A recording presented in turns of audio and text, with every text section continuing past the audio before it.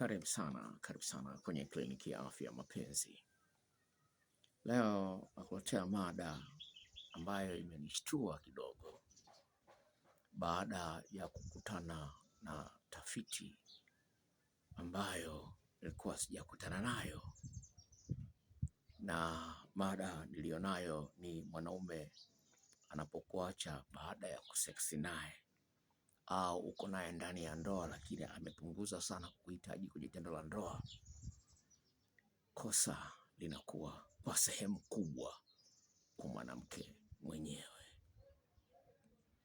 Hii inakwenda sambamba na Biblia inaposema kwamba mwanamke mpumbavu anaibomoa nyumba yake kwa mikono yake mwenyewe. Ninapokutana na vitu hivi ambavyo kwenye sayansi, na mimi kama sexologisti lazima nikuletee kitu hiki uweze kuelewa kwa nini hali iliyopo au iliyokukuta ilikuwa hivyo.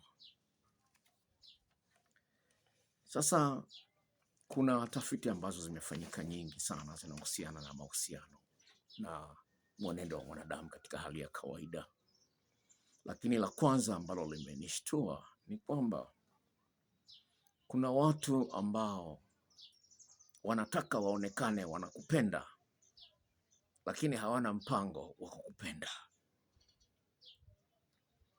Kwa hiyo ni vigumu kumgundua huyo mtu usipokuwa na ufahamu wa kutosha. Yaani kuna mtu ambaye anataka umuone anakupenda, lakini hana nia ya kukupenda.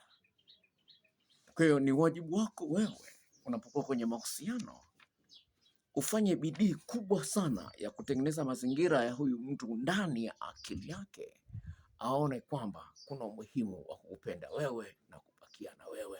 Nilizungumza kwenye video ambayo nimeweka jana. Ni muhimu ubadilishe mazingira ya akilini mwa mwenzio ili akuone wewe kiutofauti. Nikatoa mfano huu. Mtu anapokuwa amebanwa na haja ndogo akiwa msikitini, hata ufanye nini hawezi akakojolea ndani ya msikiti. Lakini ukambeba, ukamtoa, ukampeleka chooni, atakojoa kwa uhuru wote kabisa. Kilichobadilika ni nini? Haja ya mkojo ni ile ile, lakini yaliyobadilika ni mazingira. Kwa hiyo ili mtu akubali kwamba wewe unafaa na aendelee kukaa na wewe kwa muda mrefu, lazima umbadilishe kwenye mazingira ya akilini mwake, akuone wewe tofauti. Sasa mahusiano ya kimapenzi yanahusiana na biolojia, na katika biolojia kuna vitu vinavyoitwa vichochea hisia. Sasa vichochea hivi vinatofautiana kati ya mwanamke na mwanaume. Kichocheo ambacho kinamsukuma mwanaume atamani tendo la ndoa kinaitwa testosterone, na kichocheo hicho hicho ndicho ambacho kinamsukuma mwanamke atamani tendo la ndoa. Lakini kichocheo hicho cha testosterone kiko kwa mwanaume mara 16 zaidi kumzidi mwanamke. Ili mwanamke ajisikie kwa nguvu sana hamu ya kufanya tendo la ndoa, anahitaji kichocheo kingine kitibulio kinachoitwa estrogen, na kichocheo kingine ambacho kinaitwa oxytocin. Hivyo vile vikichochewa vizuri, vikitengenezewa mazingira mazuri, mwanamke atapata hamu ya tendo la ndoa na ana uwezo mkubwa wa kutengeneza ute wa kutosha, akalainika vya kutosha na akafurahia tendo la ndoa. Sasa basi, mbaya sasa ninachozungumza, nimegundua kitu kipya. Ni kwamba mwanaume anapokuwa na hamu ya tendo la ndoa, kichocheo cha testosterone kinakuwa kwa kingi sana. Wanaita a surge of testosterone kwa Kiingereza. Sasa basi, mwanaume huyu akikutana na mwanamke ambaye atashindwa kuimaliza hiyo homoni ya testosterone ikaishiwa nguvu kabisa, huyo baada ya seksi mwanaume atamtamani tena. Yaani atakayefanikiwa kuimaliza. Maanake unapoimaliza testosterone anakuwa ametulia, akili yake imetulia kabisa. anajua hapa nimefika nyumbani.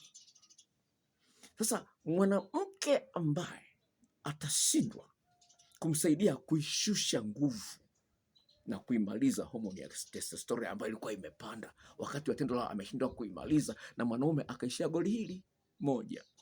Wakati ili nguvu ile ya testosterone iishe, ipasa huyu mwanaume apige magoli 3, lakini kutokana na mwanamke huyu kutokujua jinsi ya kutumia mikono yake kumsaidia mwanaume asimamishe mara ya pili, ya 3 au ya 4, huyu mwanaume baada ya kufanya tendo la ndoa bado atahangaika, ataona hapa sijamaliza, atatafuta mtu mwingine. Hujamalizia hapo.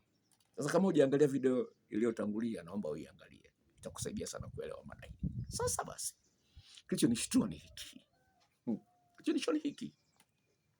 Ni kwamba kichocheo kinachohusika na mtu kukukubali na akaamua kukupenda wewe na akadhamiria kukufanyia mambo mazuri, kinachoitwa vasopressin. Hiki chocheo kina nguvu ya ajabu sana. Kimeonekana hata kwenye wanyama wanaoitwa valos. Yaani anajikuta hawa wanyama wanaitwa valos, wao yani akiona mwanamke mmoja basi inabakia ni huyu huyu, hatafuti hangaiki na wanawake wengine. Wanaita monogamy. Yaani monogamy ni kukaa na mwanamke mmoja, inaitwa monogamy. Kukaa na wanawake wengi inaitwa polygamy. Sawa? Sasa hata kwenye hao wanyama imeonekana kwamba unaona, sasa hii vasopressin anasema ndio inayosababisha mtu awe na commitment na anakuwa na wivu na kupenda kumlinda huyu mtu. Huyu ni kwangu peke yangu, sitaki mtu mwingine amguse. Hicho ni kitu kinaitwa vasopressin. Sasa basi, kilichonishtua zaidi ni kwamba mtu anapokuwa amekukubali wewe akaamua kukuoa, testosterone inashuka, ile inayopeleka hamu ya tendo la ndoa inashuka, vasopressin inakuwa nyingi. Sasa basi, ukiona mwanaume ndani ya ndoa amepunguza kukuhitaji kwenye tendo la ndoa, maana kwamba umeshindwa kumsaidia kukiinua kile kichocheo ambacho kimeteremshwa na yeye kujitoa kwako, kwamba wewe ndio wangu, wewe ndio mke wangu, wewe ndio wa milele, akaapa kabisa kanisani. Kwa hiyo mwanamke ana kazi ya kumsaidia mwanaume aweze kukiinua kwa wingi, kuongezea wingi wa kichocheo cha testosterone kwa wingi. Sasa hapa Biblia inakuwa kweli kwamba mwanamke anaivunja ndoa yake kwa mikono yake mwenyewe. Kwa hiyo ni wajibu wa mwanamke amsaidie mwanaume kuongezea wingi wa kichocheo cha testosterone. Na njia moja kubwa sana ya kuongezea kichocheo hiki cha testosterone ni wanaita stressor. Ngoja nimeandika hapa nikusomea uweze kuona wewe mwenyewe. Sawa? Sawa. Nikusomea hapa uweze kuona jinsi gani mwanaume anahitaji sana kusaidiwa ili aweze kukuza kiwango au wingi wa kichocheo hicho cha testosterone. Anasema hivi, wataalamu hao wa sayansi waliofanya tafiti katika masuala haya ya vichocheo, anasema hivi: visual stimuli such as seeing a loved one in physical contacts, sharing a meaningful experience also trigger it. Sharing a meaningful experience, yaani ni jinsi gani wewe unaonyesha ushirikiano mkubwa kwa mwanaume huyu unapohangaika, anavyokuona unavyohangaika kwa ajili yake. Unashika korodani, umenyonya chuchu, umechezea makalio, umemladenda, huku unapiga makelele, baby I love you honey, unapiga. Anapo hayo ya kichocheo kile cha testosterone kinaongezeka kwa wingi. Sasa kwa sababu hujui kwamba mwanaume ana maeneo 14 na kila eneo linahitaji ufundi wake, wewe unajua mambo 4 tu. Kwa hiyo utashindwa kumwinulia nguvu ya kichocheo hicho cha testosterone kwa wingi ili aendelee kukutamani wewe. sawa, amekubali kuishi na wewe, amekubali kukaa na wewe. Inaendelea, mtaalamu huyu anasema hivi: a surge in testosterone in males is primarily triggered by high intensity resistance exercise and competitive stress. Anasema hivi, kuongezeka kama vile maji yanavyoongezeka mpaka yanasababisha mafuriko, kuongezeka kwa kichocheo hiki cha testosterone kwa mwanaume kimsingi kinasababishwa na intensity resistance exercise. Yani kuna hali fulani ya upinzani, sawa? Kuna hali fulani ya kupingana kwamba hapa unambadilishia mkao, unamfanyia hivi, unakuwa active. Kuna ile kama hali ya kushindana inakuwepo pale, akifanya hivi na unafanya hivi, akifanya hivi na unafanya hivi. Sasa mwanamke ambaye yeye anajua tu kupanua miguu, anajua tu kupanua tu miguu, akinyonya tu dudu peke yake amemaliza, manake atashindwa kuleta hiyo intensity, uzito wa kimazoezi, atashindwa. Yeye anachojua tu ni kunyonya tu, anachukua dudu la mwanaume analinyonya, anaona ndo amemaliza kila kitu. Huyo ataachwa baada ya sex. Sasa nimeona nikuletee hilo kwa sababu usije ukasema wanaume ndivyo alivyo, akishakutia tu anakuacha. Kuna vitu vingine ambavyo ameviona ambavyo akili yake haielewi kwa nini tu amekuta hana wewe tena baada ya kumtia. Ameshakukojolea vizuri, lakini unakuta hana wewe tena. Utasema kwa sababu sina makalio makubwa. Sio kweli.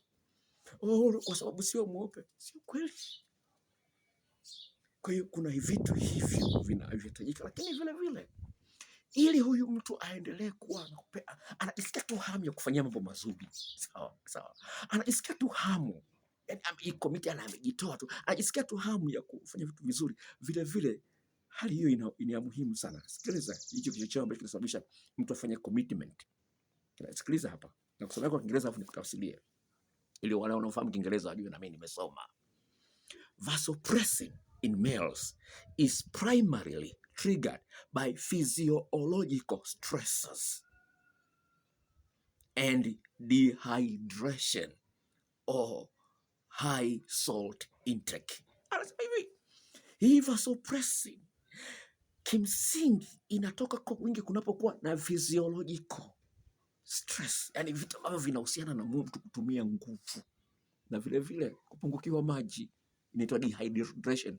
Sasa ukitaka kumpunguzia maji kwa njia nyingine, nimpe chakula chenye chumvi nyingi. Sasa kama kipindi chenye chumvi nyingi, unapaswa umpe mazoezi ya design kama hiyo. Sawa? Including, anaendelea hapa, sexual activity and collaborative problem solving. Nasikia collaborative. Yani kuna hali fulani ya ushirikiano, amefanya hili na umefanya hili, amefanya hivi. Hiyo ni muhimu sana ili mtu awe committed kwako. And tackling of challenge together, yani kushughulikia changamoto kwa pamoja. Huyu mwanaume ameshindwa kusimamisha mara ya pili. Hii ni changamoto yenu wote wawili. Kwa hiyo jinsi gani unashirikiana naye mwanaume katika kumsaidia asimamishe mara ya pili, ya tatu, ya nne, itasababisha yeye aendelee kuwa na wewe. Ndio inaitwa commitment. Hicho ni kichocheo cha vasopressin. Kama huniamini na unajua Kiingereza, ingia Google mwenyewe uone kwamba unaachwa baada ya seksi kwa sababu huna collaboration. Hujui kutoa kolabo na huyu mwanaume ya kutosha. Kwa hiyo unapaswa ujue mwanaume ana maeneo 14 na kila eneo lina ufundi wake, na ujue jinsi ya kushughulikia kikamilifu. Kinyume na hapo utakojolewa na kuachwa. Nimekuambia, acha kulalamika. Mwanamke mjinga mpumbavu anaibomoa nyumba kwa mikono yake mwenyewe. Kama unaangalia video hii kwa mara ya kwanza, jisajili ili nitakapoweka video nyingine upate taarifa haraka sana. Bye bye.